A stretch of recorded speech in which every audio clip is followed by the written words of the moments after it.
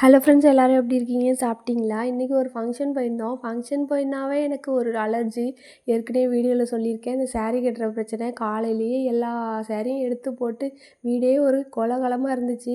பக்கத்து வீட்டில் ஒரு ஃப்ரெண்டு இருக்காங்க. அவங்கக்கிட்ட கால் பண்ணி கேட்டேன், சாரீ கட்டி விட்றீங்களான்னு. அவங்க வந்து தான் கட்டி விட்டாங்க. போயிட்டு ஏதோ முடிச்சுட்டு வந்தாச்சு. இருந்தாலும் சாரீ கட்டுறது ஒரு ஆசை தான். அந்த ஃபீலும் நல்லா இருந்துச்சு. அதுக்கப்புறமா போயிட்டு நேற்று அம்மா துணியெல்லாம் துவைச்சி போட்டிருந்தாங்களா, அதெல்லாம் காய வச்சு மடித்து வச்சுட்டேன். அதுக்கப்புறம் வீடை பார்த்தா ஒரே குப்பையாக இருந்தது. எல்லாத்தையும் க்ளீன் பண்ணிவிட்டு இந்த பாத்திரம் விளக்குறது, இந்த துணி மடிக்கிற வேலை 2 வேலையும் எனக்கு சுத்தமாக பிடிக்கவே பிடிக்காது. பிடிக்காதுன்றத விட இந்த துணி மடிக்கிறது தெரியாது.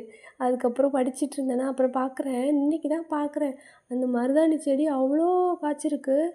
நிறையா மருதாணி வச்சுருக்கு. பின்னாடி காம்பவுண்டுக்கு பின்னாடி அவ்வளோ இருந்துச்சு. இதை பார்த்தோன்னே எனக்கு ஒன்று ஞாபகம் வந்துச்சு. நாங்கள் சின்ன வயசுலலாம் ஏதாவது பொங்கல், தீபாவளி வந்துச்சுன்னா மருதாணி செடியை தேடி தேடி போவோம். ஒரு ஃப்ரெண்ட்ஸ் 4 பேர் சேர்ந்துட்டு கவர் எடுத்துக்கிட்டு போயிட்டு யார் வீட்டில் மருதாணி இருக்கோ பார்த்து பறிச்சுட்டு வருவோம். பறிச்சுட்டு வந்துட்டு அம்மியில் வச்சு கதை பேசிக்கிட்டே அரைப்போம். அதுக்கப்புறம் நைட்டு ஃபுல்லாக உட்காந்து டிசைன் போடுறது. பசங்களுக்கு, என் தம்பிங்களுக்கெலாம் வந்து ஏதாவது டிசைன் போட்டுட்ருப்போம். நாங்களாம் சும்மா ரவுண்டாக வச்சு கொப்பி போடுவோம்.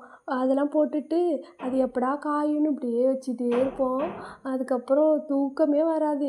வீட்டுக்கு போனால் திட்டுவாங்க, நீ வந்து அங்கேயும் இங்கேயும் எழுப்பிப்ப, பெட்டெல்லாம் நாசமாயிரும், அதனால் வந்து அங்கே வெளியிலே உட்காந்துட்டு வாங்க அப்படின்னு சொல்லிடுவாங்க. அதுக்கு பயந்துக்கிட்டே சீக்கிரமாக கழுவிடுறது, இல்லைன்னா கவரை வச்சு கட்டிட்டு தூங்குறது. எப்படி இருந்தாலும் அது பாயிலெல்லாம் இழுப்பிரும். அப்புறம் காலையில் திட்டு வாங்குவோம். அதான் ஞாபகம் வந்துச்சு. இந்த மாதிரி யாராவது ஃபேஸ் பண்ணியிருக்கீங்களான்னு கமெண்ட்டில் சொல்லுங்கள். மிளகா செடி நிறையா கொச்சன்னு காய்ச்சிருந்துச்சு. 2 மிளகா 3 மிளகான்னு தினமும் பறிச்சிட்டு இருந்தேன் சட்னிக்கு.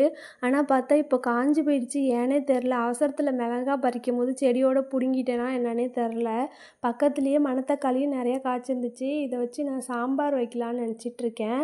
சாம்பாரில் போட்டால் அந்த மணத்தக்காளி காயெல்லாம் இருக்குல்ல, அது டேஸ்ட்டாக இருக்கும். அப்படியே பார்த்துட்டே இருந்தேன்னா சந்தன மரத்தில் சந்தனக்கன்று காஞ்சி போன மாதிரி இருந்துச்சு. ஏற்கனவே ஒரு செடியே வீணாக போய் செத்து போச்சு.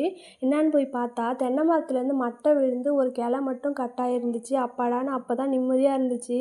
இந்த மாதிரி நிறையா நான் பார்த்துருக்கேன். நிறையா மரம் செத்து போயிடுச்சு வீட்டில். வீடியோ பிடிச்சிருந்தா லைக் பண்ணி சப்ஸ்கிரைப் பண்ணிக்கோங்க.